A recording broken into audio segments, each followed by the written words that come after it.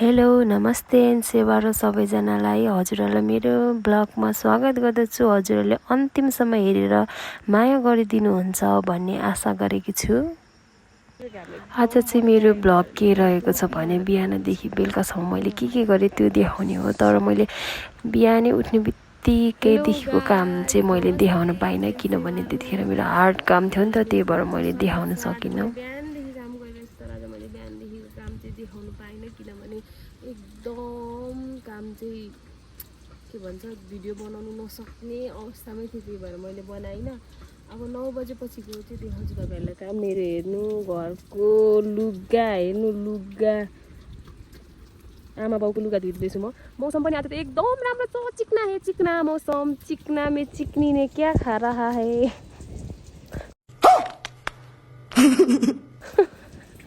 नास्पाती खा रहा है। यो चाहिँ मेरो घरको अम्बकको बोट हो, फलेको छ, कस्तो मिठो छ क्या, कस्तो मिठो। मौसम हेर्नु न। आज म तपाईँहरूलाई ब्लगमा के देखाउन आँटेछु भने म चाहिँ लुगा धुन आँटेको देखाउन आँटिरहेछु गाइस।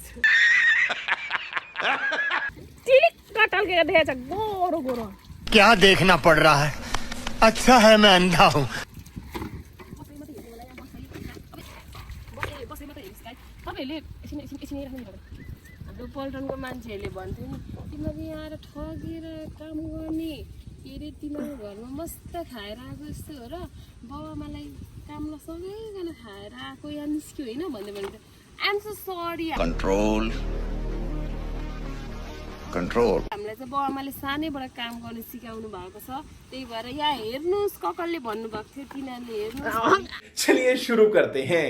पल्टन घरमा मात्र होइन, हामी घरमा पनि काम गर्छौँ। हेर्नुहोस् यहाँ देख्नुभयो, धुत्तेजा धुत्तेजा चुप, बिल्कुल चुप।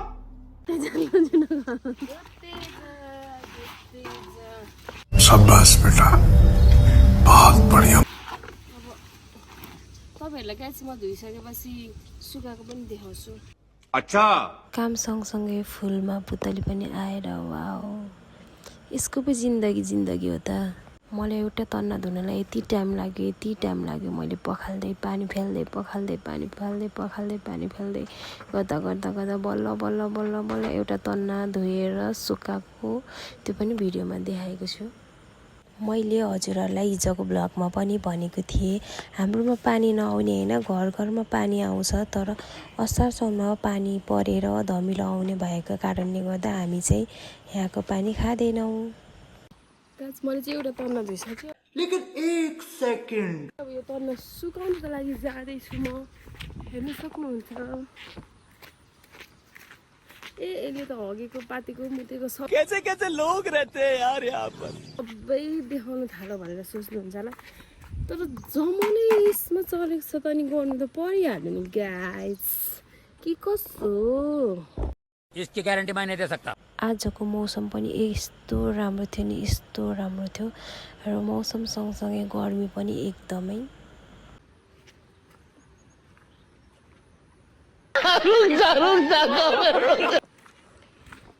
अब अरू धुनको लागि जाँदैछु म गाइस। मेरो चाहिँ घर यस्तो छ है, माइती घर सुकेकै थिएन, माथिल्लो घरमा पनि हेर्न सक्नुहुन्छ तपाईँहरूले।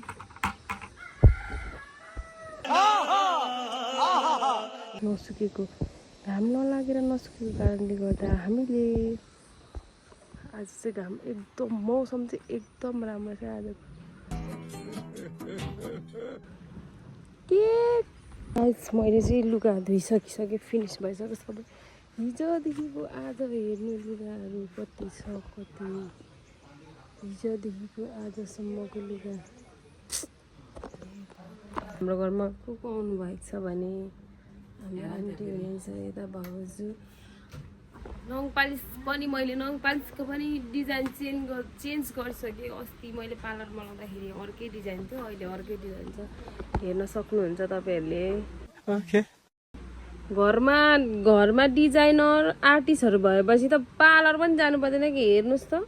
क्या बात है सर, क्या बात है। सिलम चकमा हेर्न सक्नुहुन्छ। यो पनि हेर्नु, यो पनि कस्तो लाग्यो पता नहीं तपाईँहरूलाई कुन राम्रो लाग्यो हेर्नु ल। अनि तनावमा हुनुहुन्छ हाम्रो भाइ रिस उठेर एक्सपेक्टेसन भर्सेस रियालिटी देख्नु एक्सपेक्टेसन रियालिटी क्या बात है गाइस हामी चाहिँ अब चप खानुको लागि निस्केको हामीसँग पैसा कति छ त्यो पनि देखाउँ हामी दुईजनाले चाहिँ चप खानुको लागि हामीसँग पैसा कति छ हेर्नु होला 260 रुपियाँको चप खानु जानाले क्या हामी दुईजना सनस्क्रिन त लाउनु त लगाएको छौँ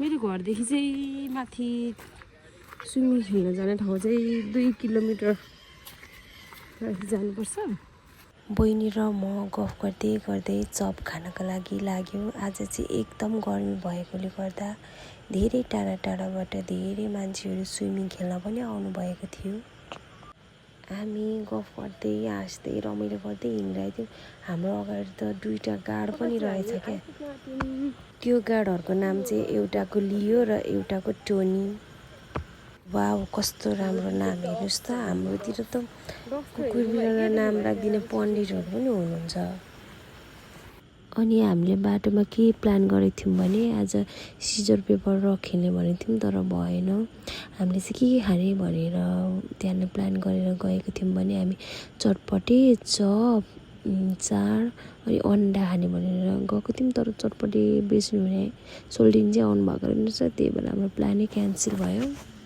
बहिनीहरू सधैँ गइरहेको छ नि त त्यही भएर बहिनीले आज चाहिँ किन खल्लो छ मिठै छैन झाड चाख्नु त दिदी भन्दै भन मैले पनि चाहेको एकदम नमिठो लाग्यो झाड आजको तर चप चाहिँ एकदम मिठो थियो त्यसपछि हामी सबै खानेकुराहरू फिनिस गरेर हामी चाहिँ गफ गर्दै फेरि घरतिर लाग्यो बहिनी र म अनि गफ गर्दै आउने क्रममा मलाई पहिला हामी सानो बच्चा हुँदाखेरिको सबै कुराहरू याद आयो त्यहाँ वरिपरि हेरेँ म बच्चा छँदाखेरि यो ठाउँमा गोठाला हुँदाखेरि कस्तो थियो अहिले कस्तो भयो मैले बहिनीलाई पहिलाको भन्दा कति धेरै चेन्ज भएको छ बहिनी भनेर देखाउँदा दिदी प्रकृतिको खेल त हो चेन्ज भइहाल्छ नि भनेर बहिनीले पनि भन्दै थियो हुन पनि कति धेरै चेन्ज भएको छ कति धेरै चेन्ज भएको छ अनि मैले बहिनीलाई चाहिँ पहिला यहाँ यस्तो थियो अहिले चाहिँ यस्तो छ है बहिनी भनेर देखाइरहेको थिएँ कतिजना प्रायः त कतिजनालाई थाहा पनि छ यो ठाउँ पहिला कस्तो थियो अहिले कस्तो भएको छ भनेर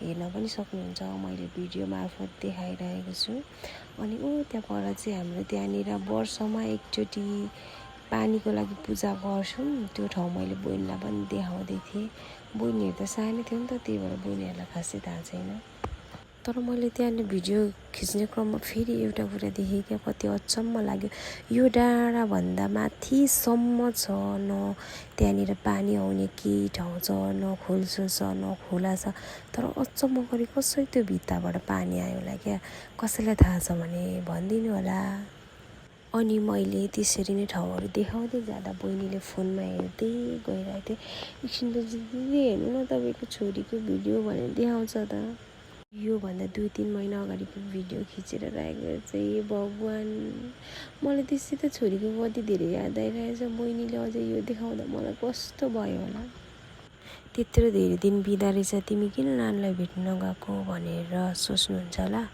म चाहिँ मेरो बाध्यताले गर्दाखेरि बसेको छु मेरो थोरै काम छ त्यो काम सकेपछि चाहिँ म सधैँको लागि मेरो छोरीसँगै बस्नको लागि घर जाँदैछु मैले बहिनीलाई किन देखाइस् यो भिडियो मलाई झन् छोरीको याद आयो भनेर मैले बहिनीलाई भने हामी सरसर घर जाउँ भनेर छिटो गरेर हामी आउँदैथ्यौँ 1-2जना भाइहरू चाहिँ बाइकमा दिदी स्विमिङ खेल्ने ठाउँ यतै माथि हो भनेर सोधेँ अनि जाउँ सिधै जाउँ तिमीहरूले भेट्छौ भनेर भन्दै भन्यो अनि भाइहरू पनि गयो हामी पनि घरतिर लाग्यौँ हामी घर आउँदाखेरि चाहिँ सायद 4 बजिसकेको थियो होला अहिले अन्तिममा आएर चाहिँ मैले लास्ट ब्लग चाहिँ के बनाउने भए पैसा हङकङको के हो डलर यस डलर हेर्नुहोस्